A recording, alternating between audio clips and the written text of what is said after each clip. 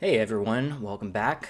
Before I get started, I want to mention that I got to be a guest on a podcast called Doubts Aloud that's hosted by three ex-Christian, now atheists.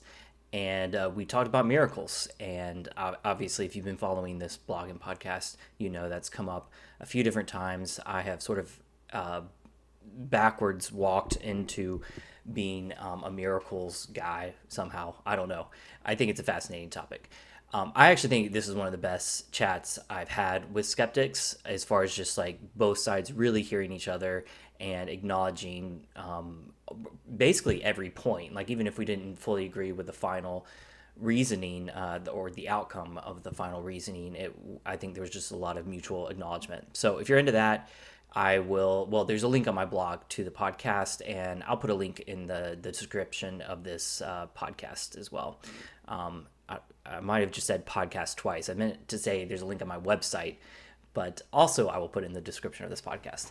Anyway, for this topic, we're talking about epistemology again. Of course, that's my whole thing, I guess. But this is going to be a little bit different. This is not going to be like kind of one of the main epistemology episodes. Instead, this is a little bit more of a break, and I'm calling it pastoral advice. Now, I'm not a pastor, so take that with a grain of salt, but I'm titling it that because that's the sort of thing I'm trying to convey here. This is less about explaining epistemology, even though it actually does contain some of that. But it's more about some advice, particularly for Christians who are currently deconstructing their faith. And it really comes from after I did my last epistemology episode, which was about knowledge bracketing. I realized you could come away from that episode feeling like this sort of reasoning about faith, about if Christianity or any religion is true, is this very cold and clinical, rational thing, and you slice and dice it up, and then ultimately you discard parts, and then you put it all back in the suitcase and say I'm done. And in particular, it could maybe, I didn't say this in the video last time, and in fact I think I said some things that would go against this, but you could perhaps come away feeling like soon as you're at less than 50% for a given belief, you just jettison it immediately. And so I want to back away from that a little bit and give a little bit more context of that, and like, is that what I think? And the answer is no, but I want to explain that a little bit. And so, like I said, this is targeting particularly Christians who are deconstructing their faith currently, which is something I went through very seriously and I've written about and talked about on the podcast, particularly really the episodes where I've had guests on or I went on another podcast. And finally, this ties into the idea Christians perhaps are wondering when I'm talking about all this epistemology. They might say, what about the foolishness of the cross that Paul talks about? Or what about childlike faith and all those sort of ideas? Isn't that in opposition to this clinical epistemology of reasoning? So that's what this is about. So first of all, my heart goes out to anyone who is deconstructing their faith. That is the most painful thing I've ever been through. It lasted for years, and I really do feel like I went down to the core for a while there. So I very much relate. In fact, if you want to see how much I relate, check out the Darkness of Doubt blog post. I think it's my very first blog post from a few years ago. I don't have that many posts in total, probably less than 30, so it's not that hard to find. But anyway, you'll definitely understand how much I relate if you are also going through that period. But so this is sort of the advice. The first point I want to bring up is what I like to call a backdrop of humility. And honestly, I've been doing these epistemology episodes for a while now. I might have even brought this up in an early episode. But it's just this idea that no matter who you are, what you're thinking about, we should have this, what I call a backdrop of humility. Another way to say it is like it's the sort of the canvas that we're painting our beliefs about the world on. And it actually very much relates to the Black Swan episode. So if you want to revisit that, this will fill out this idea a little bit more. But it's just this idea of starting from a humble standpoint epistemically and slowly ooching out from there and never forgetting that humble starting point. And this is something you'll hear skeptics say all the time, that our knowledge is a drop in the ocean and all that sort of stuff. So I'm not saying anything new here, but I'm just, yeah, I'm showing this is also part of my epistemology, and that while we do something like knowledge bracketing, we should do it with this backdrop of humility. And I think that's the temptation I want to be careful about, that maybe I didn't acknowledge well enough, is that when you're going through something like knowledge bracketing, when you're sitting with your thoughts trying to figure out what's true or not, sometimes you can forget that backdrop of humility, and one afternoon you decide that there's only 40% probability in your mind that something is true. Let's say that Jesus claimed he was God, and so you say, okay, well, it's 40%. That's less than 50. I'm the only way to be intellectually honest is to immediately believe that Jesus was not God. And it can be about anything. It can be about global warming. Take any viewpoint that, okay, I went below 50%. I have to be intellectually honest. And hopefully that triggers some intuition that something that doesn't seem right, that seems too robotic. And I mean, the main thing that's wrong about that is you're forgetting that backdrop of humility, that just because you decided something one afternoon in one instance, maybe we should slow down a little bit, at least when it comes to making any decisions about that. I mean, we all have experienced that, as far as like, right now, I'm not loving my job. Okay, I guess to be honest to myself, I have to quit tomorrow. Things are more complicated than that. We're talking about some of the most complex things in life. So that's why we always have to have that backdrop of humility. And that is not a blanket statement it's not like this ultimate playing of the mystery card. The mystery card is something that comes up between skeptics and Christians a lot. I would say both sides play the mystery card at different points. And once again, any complex viewpoint, you're going to play the mystery card. But this is not some blank check to play the mystery card forever about anything you want to, because then, of course, you play it where you want to. That's not what this is about. It's about slowing things down. It's about realizing the truth that we don't know what we don't know, and we need to be slow to come to hard conclusions about these more complex things. And just to give one more example, we all have things that 5 to 10 years ago we thought we were pretty confident about that were true. And now we either think it's false or we're less sure about it. It's less black and white. But at that time, we thought we had figured it out. So once again, that backdrop of humility, I don't think this is ultimately controversial, but it actually is pretty easy to forget, especially when you just now are learning really good epistemology and you're like, okay, I want to figure everything out now. I want to slice it all down, like the knowledge bracketing. Robert, I'm going to do it. I'm going to do the knowledge bracketing and figure it all out and then solve the case. And you're forgetting the backdrop of humility if you approach it quite like that. So hopefully that's clear from there. So knowledge bracketing is first about taking inventory. So it doesn't necessarily mean you need to immediately make conclusions based off that inventory. It's just taking an honest inventory. And that's the first step to later making more decisions about what's true, what you think is true and false, and what to do about it. So it's just kind of looking at things as clearly as you can and being honest, as I revisit the knowledge bracketing episode if you're unclear about this. It's like saying, what do I actually think about this? What do I actually think the evidence is? And then being honest about it. And the cool thing is, you've really made progress just by doing that. It sounds like a pretty meager step, but it's actually very important, because once you've been honest about it, that's probably going to lodge into your brain. Like, maybe until you've done that knowledge bracketing, it's been foggy, but now you've done that and you've taken inventory and you realize this belief really doesn't sit well with you or doesn't seem that plausible. And great, that is a huge first step, because then over time you can kind of allow your intuitions to adjust and mold around this new inventory. You now know what you think about something more clearly, And that will evolve on its own as you just go through life. So it's such a huge first step to take that inventory and to be as brutally honest about what you think about each thing. And then you allow your intuitions to adjust. And once again, to refer back, the engineer to intuitionist episode of epistemology, I think it's around 4 or 5 in the series, talks about the importance of training your intuition to make good decisions. So first, with knowledge bracketing, you take that inventory. And once you've taken that inventory, then you probably will have some things that sit in tension with other beliefs. And the thing is, you might have that tension for potentially a long time. I don't think that's invalid at all. And in fact, human knowledge has things in tension because we're still figuring things out about the universe.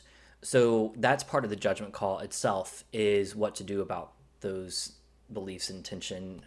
Does that mean you need to jettison one, or do they both have really sound reasoning to them and you need to hold on to them until you can figure out how to integrate them?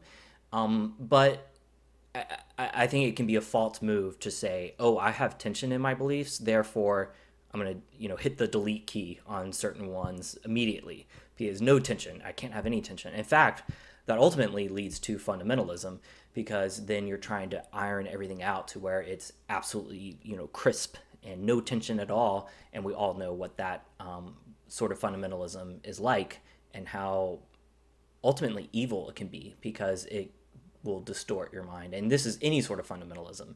This is not just Christian fundamentalism, but it definitely applies to Christian fundamentalism as well.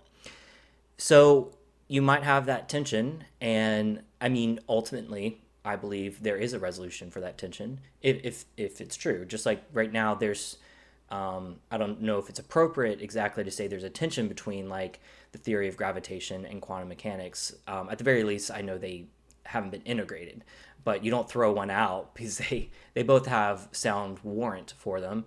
And but we also philosophically believe there is a resolution. Like, it's not that there's an actual logical contradiction there. There is a resolution somehow, but we just realize we don't have that resolution yet. So it might be we need to be prepared to have tension for a long time, potentially. And then, well, another thing I want to address is I think there can be a temptation to feel like you need to leave the faith to be objective. Once again, if you're someone deconstructing their faith. By the way, the CPU fan on my computer, my laptop, just started going nuts. So hopefully that isn't too loud, but that's what's happening. So I don't think you need to leave the faith to be objective. And part of this is from my own experience of when. So first of all, the reason why skeptics would probably say, or some might say, you need to, completely deconvert to be objective. I guess there's this fear that you're being deluded and you're going to be, kind of like stuck in this cult, and your mind will be warped until you just like really cut it off. And I guess part of what is so unconvincing to me about that is just in my own experience when I was deep in doubt, when I would try to just believe, it was so ineffective. Like, in fact, there was a very memorable time when I was going through some of my hardest doubt and my worst doubt, and I was reading 1984, and in that book, famously, is the double think, where they actually try to hold two ideas, contradictory ideas, in their mind at the same time. And I was going through a period where I was like, all right, maybe I do just need to have faith and kind of act like it's real and not question. And immediately I just felt like I was double thinking, and I could tell you can't do that. We all know that, and ex-Christians say this too, that like you can't put the toothpaste back in the bottle. Like, once you start to question, I think it's a little ridiculous to say that you're in this grave danger of being deluded again if you keep going to church, for instance. So I don't think there's danger in poisoning the well of good reason by continuing to go to church or pray or whatever, just because if you really are questioning deeply, then those things if it's all false, if it's all a house of cards, that's not going to be enough to keep you in. It's just not. So I would say there's actually more danger to leaving the faith, to kind of saying, I have to deconvert, I have to stop praying while I figure this all out. And the reason why I think there's danger there is because, first of all, you're just cutting off a source of knowledge. Because why, if the supernatural is real, why shouldn't that be part of our knowledge? Now, it might not compare to, let's say, scientific knowledge or something, but if you are going through a time of doubt, let's say, I just did this episode of miracles, for instance. So let's say you're going through a time of doubt and you have a broken bone, and at church they pray for you and it's immediately healed. Shouldn't that be data? Like, I feel like that should be data for if Christianity is true. So why cut off that source of knowledge? Once again, it's going to be weighed with everything else. I'm not saying it should trump whatever doubts you have, but why cut off a source of knowledge? And in particular, we have very strong reason to believe that God, the Christian God, has told us that the way into knowledge with Him is through following Him, through actually approaching and trying it on. And this brings us finally to the childlike faith and the foolishness of the cross. First of all, the foolishness of the cross is a little bit more complex because Paul was talking about to a certain audience and about what like the surrounding pagans believed about religion and philosophy and stuff like that. So that gets a little more complicated, but we can all relate to the idea that, this crazy idea that a man died for us 2,000 years ago and somehow that saves us. Like, obviously there is a surface level, at least surface level, maybe it goes all the way down, of foolishness. And then obviously childlike faith.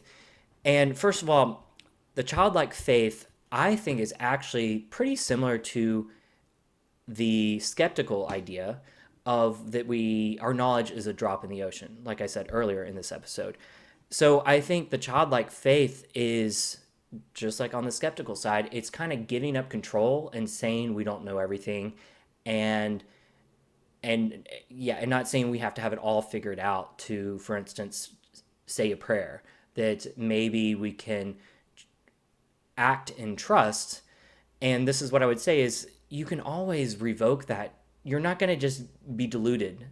You can revoke that trust. It's not like if I act in trust to pray and see if God answers, I'm going to be stuck a Christian for the next 50 years. No. And in fact, you are actually trying Christianity on its own terms. So, if you are actually interested in the idea, in questioning, in the answer to, is Christianity true? Then don't you need to give it a fair shake on its own terms? And its terms are to try it on, to exhibit this childlike faith. And once again, a childlike faith does not mean you throw out your doubts, and does not mean that you want you want eventually really question and evaluate severely. Who knows? So, but it's just you're opening, if you don't at least try on that aspect of Christianity, or what I'm talking, once again, I'm talking to the Christians who are kind of deconstructing right now.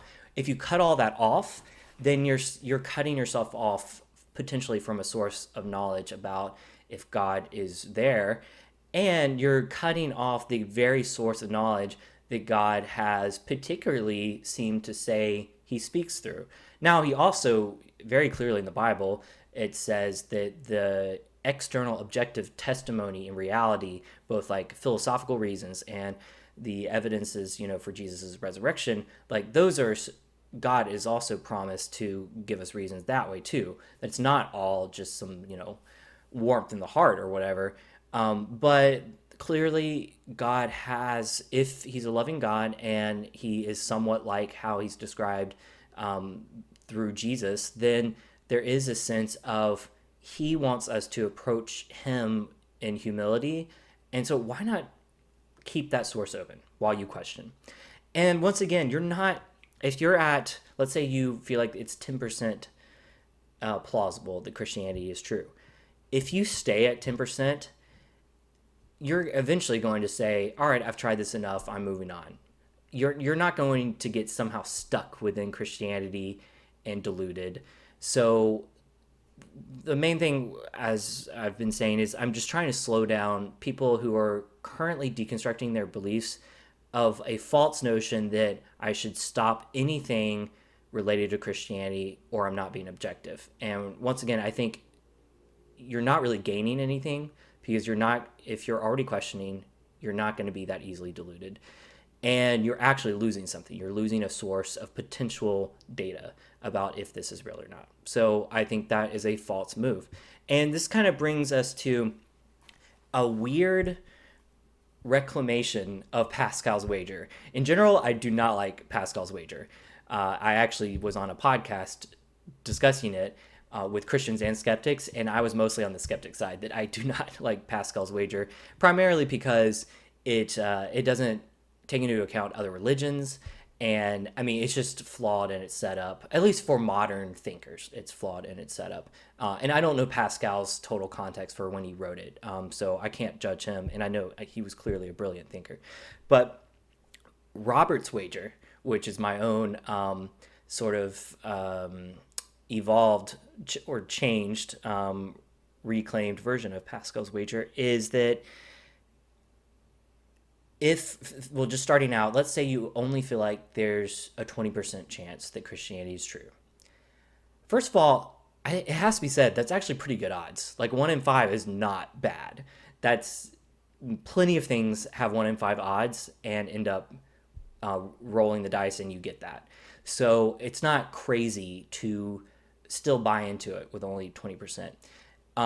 But once again, you're not going to live the rest of your life at 20%. Like, something's got to give. You're going to either grow in your confidence that Christianity is true, or that 20% is going to probably even go farther down, and it will become less and less hopeful that it will become more plausible to you. So it's not a permanent solution, but 20% actually, like I said, is not bad odds. And this is where you have to add in another ingredient that is so important. And that is the cross. For me, is Jesus on the cross. That is the center of Christianity. And that is centering your life on self-sacrificial, enemy-loving faith, or enemy-loving way of life. And as Greg Boyd would say, and that's not a bad way to view the world, through a lens of love being the most fundamental thing, basically, that, love is God, and that is the ultimate, and that living a self-sacrificial, enemy-loving life is the goal, but not in some sort of overly ascetic, give away everything you have and live on the, in poverty sort of way. I mean, that's a whole nother debate, but I'm just talking about the core of like meaning. And I mean, self-sacrifice wasn't really even a virtue until Jesus came along.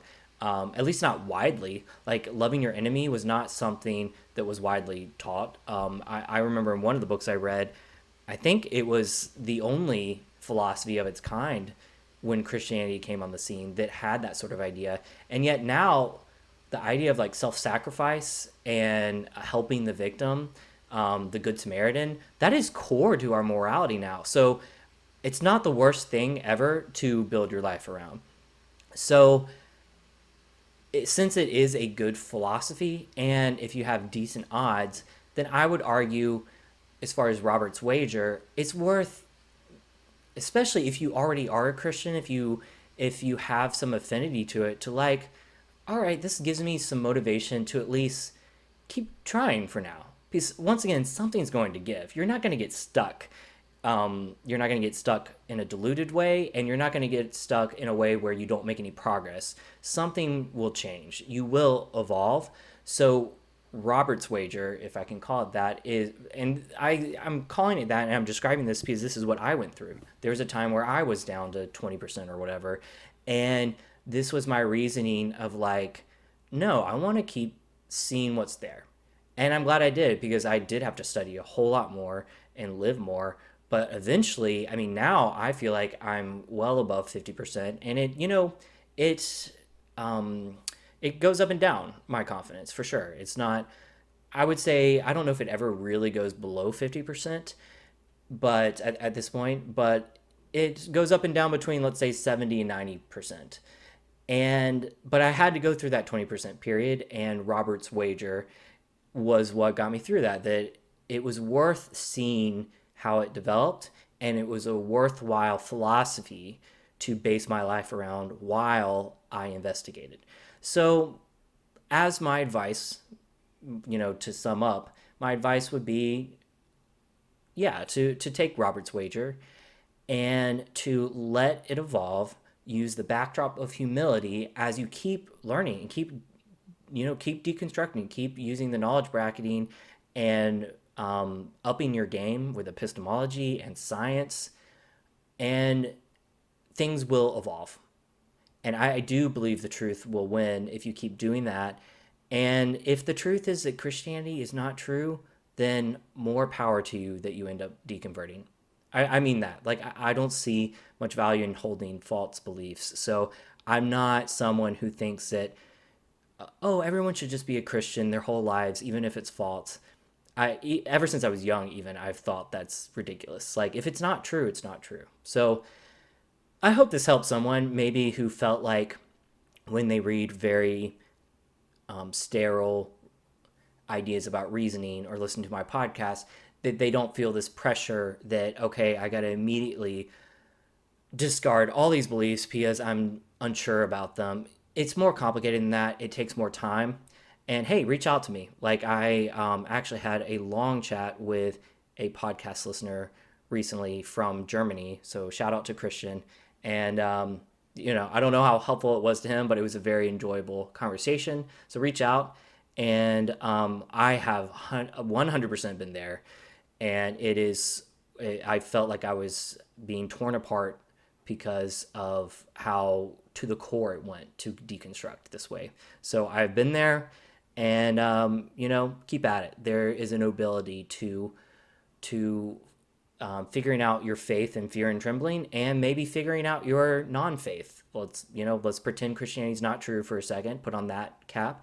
Then there is a nobility to being. There's a courage that it requires to keep looking, to care about the truth. So props to you, and I will see you guys next time.